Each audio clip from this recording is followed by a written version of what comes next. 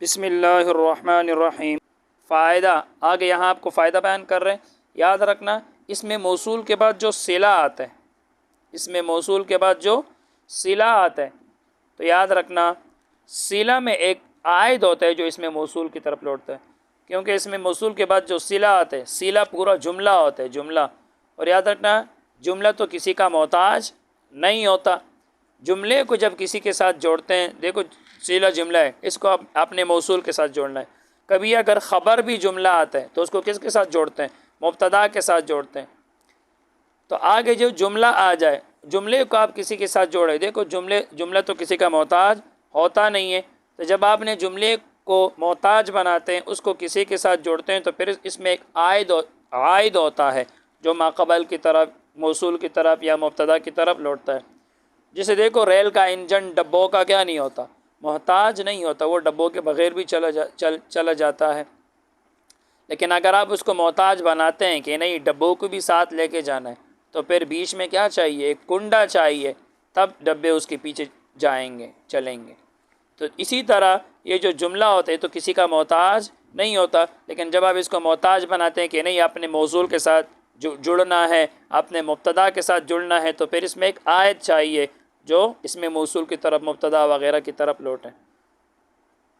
تو یہی فائدہ آپ کو بیان کر رہے۔ فائدہ اس میں موصول وہ اسم ہے جو تنہا جملہ کا پورا جز بغیر صلہ کے نہیں ہوتا۔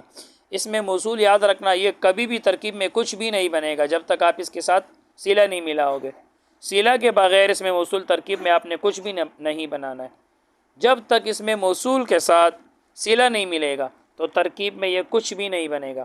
تو اس میں موصول وہی اسم ہے جو تنہا یعنی جو اکیلا جملہ کا پورا جز بغیر صلہ کے نہیں ہوتا۔ بغیر صلہ کے یہ جملہ کا جز پورا جز نہیں ہوتا۔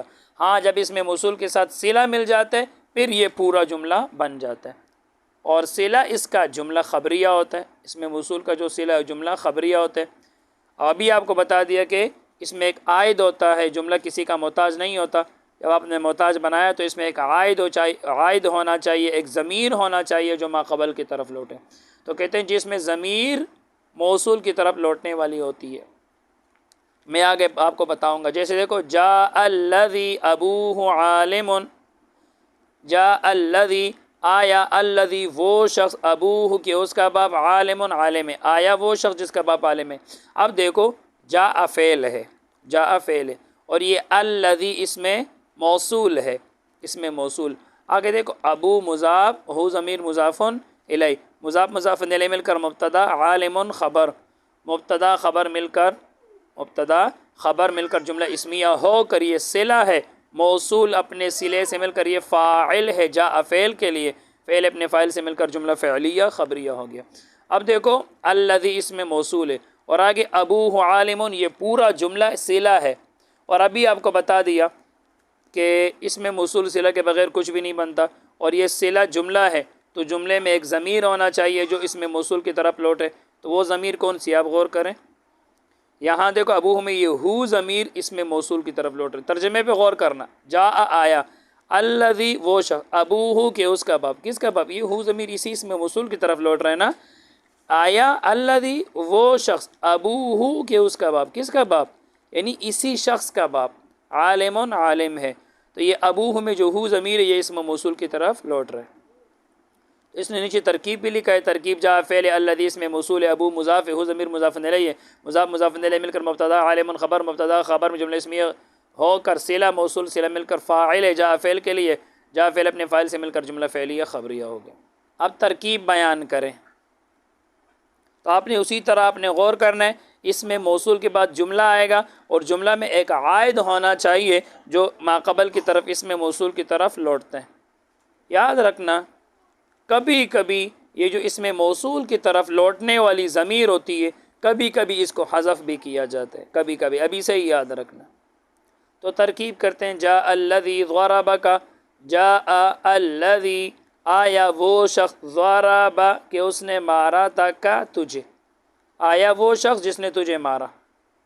ترکیب کرتے ہیں، دیکھو جاء تو اس میں جاء فعل ہو گیا، جاء فعل، الذی یہ اس میں موصول ہے، اس میں موصول، ضرب فعل، اس کے اندر ہوا ضمیر اس کا فاعل ہے، اور یہ کاف ضمیر یہ منصوب متصل مفعول بھی ہے۔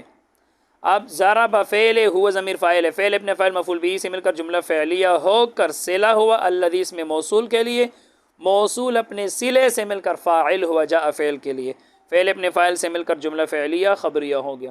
اب دیکھو یہ ضربہ کا صلہ ہے اور الذی اس میں موصول ہے۔ ابھی آپ کو بتا دیے جو صلہ ہوتا ہے یہ جملہ ہوتا ہے، اور جملہ میں ایک عائد ہوتا ہے، ایک ضمیر ہوتا ہے جو اس میں موصول کی طرف لوٹتا ہے، تو وہ کون سا ہے؟ غور کریں۔ کاف تو ہو نہیں سکتا کیونکہ الذی غائب ہے، تو ضربہ کے اندر ہوا ضمیر ہے جو اس میں موصول کی طرف لوٹ رہے۔ ذرا ترجمے پہ غور کرنا۔ جاء الذی آیا وہ شخص ضربہ کہ اس نے مارا، کس نے مارا؟ جس کے اندر ہوا ضمیر ہے جو الذی اس میں موصول کی طرف لوٹ رہے۔ آیا وہ شخص ضربہ کہ اس نے مارا کیا تجھے؟ یہ جو کاف ضمیر ہے یہ تو مخاطب ہے نا، یہ تو کسی کی طرف لوٹتا نہیں ہے، یہ تو پہلے سے ہی مخاطب کی طرف لوٹ رہے۔ تو ضربہ کے اندر ہوا ضمیر ہے جو اس میں موصول کی طرف لوٹ رہے۔ آگے دیکھو، رأیت اللذین ضرباکا، میں نے دیکھا ان دو مردوں کو، ضرباکا کہ ان دونوں نے مارا کا تجھے۔ اب یہ اسی طرح رأى فعل ہے، یہ تو ضمیر فاعل ہے، اللذین اس میں موصول ہے، ضرب فعل ہے، یہ الف ضمیر فاعل ہے، اور کاف ضمیر منصوب متصل مفعول بھی ہے۔ اب ضرب فعل اپنے فاعل مفعول بھی سے مل کر جملہ فعلیہ ہو کر صلہ اللذین اس میں موصول کے لیے، موصول اپنے صلے سے مل کر مفعول بھی ہوا رأیت فعل کے لیے۔ اب رأى فعل اپنے فاعل مفعول بھی سے مل کر جملہ فعلیہ خبریہ ہو گیا۔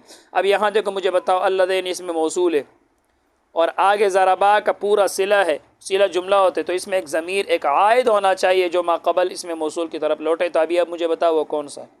تو یہاں دیکھو اللذین یہ تثنیہ ہے، تو ضربا میں یہ جو الف ضمیر ہے یہ بھی تثنیہ کی ہے، لہٰذا یہ الف ضمیر اللذین کی طرف لوٹ رہے۔ آگے دیکھو مررت بالذین ضربوک، میں گزرا ان لوگوں پر ضربوک کہ ان سب نے مارا تجھے، تو مر فعل یہ تو ضمیر فاعل ہے، با جارہ ہے، الذین اس میں موصول ہے، اس میں موصول کے بعد صلہ آتا ہے، ضرب فعل واو ضمیر فاعل ہے، اور کاف ضمیر منصوب متصل مفعول بھی ہے۔ اب ضرب فعل اپنے فاعل مفعول بھی سے مل کر جملہ فعلیہ ہو کر یہ ہوا صلہ الذین اس میں موصول کے لیے، موصول اپنے صلے سے مل کر با جارہ کے لیے مجرور، جار مجرور مل کر متعلق مر فعل کے۔ اب مر فعل اپنے فاعل مفعول بھی، مر فعل اپنے فاعل اور متعلق سے مل کر جملہ فعلیہ خبریہ ہو گیا۔ اب دیکھو الذین اس میں موصول ہے اور آگے ضربو کا یہ پورا جملہ صلہ ہے، تو صلہ جملہ ہوتے تو اس میں ایک ضمیر ہونا چاہیے جو ما قبل اس میں موصول کی طرف لوٹے، وہ کون سا ہے؟ غور کرنا۔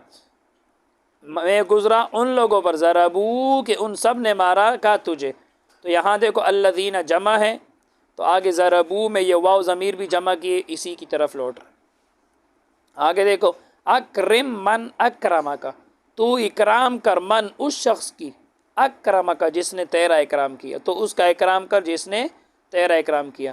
تو دیکھو اکرم فعل امر ہے، اس کے اندر انت ضمیر مرفوع محلاً فاعل ہے، تو اکرام کر، من اس میں موصول ہے، اکرم فعل اس کے اندر ہوا ضمیر فاعل ہے، اور کاف ضمیر منصوب متصل مفعول بھی ہے۔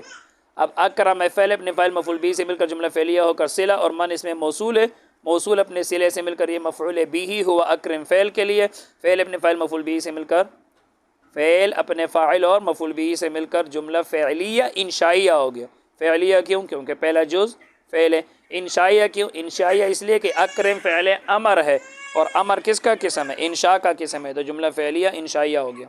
اب یاد رکھنا دیکھو من اس میں موصول ہے اور آگے اکرم کا یہ پورا جملہ صلہ ہے۔ ابھی آپ کو بتایا تھا صلہ میں ایک عائد ایک ضمیر ہوتا ہے جو اس میں موصول کی طرف لوٹ رہے ہیں، تو وہ کون سا ہے؟ تو اکرم کے اندر ہوا ضمیر ہے، دیکھنا غور کرنا، تو اکرام کر من اس شخص، اکرم کہ اس نے اکرام کیا، تو اکرام کر اس شخص کی، اکرم کہ اس نے اکرام کیا تھا کا تیرا، تو اکرم کے اندر ہوا ضمیر ہے جو اس میں موصول کی طرف لوٹ رہے۔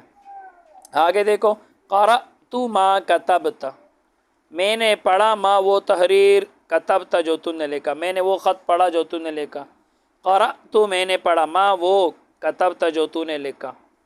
تو میں نے آپ کو بتایا تھا کبھی کبھی اس میں موصول کی طرف جو ضمیر لوٹتی ہے صلہ میں تو کبھی اس کو حذف بھی کیا جاتا ہے۔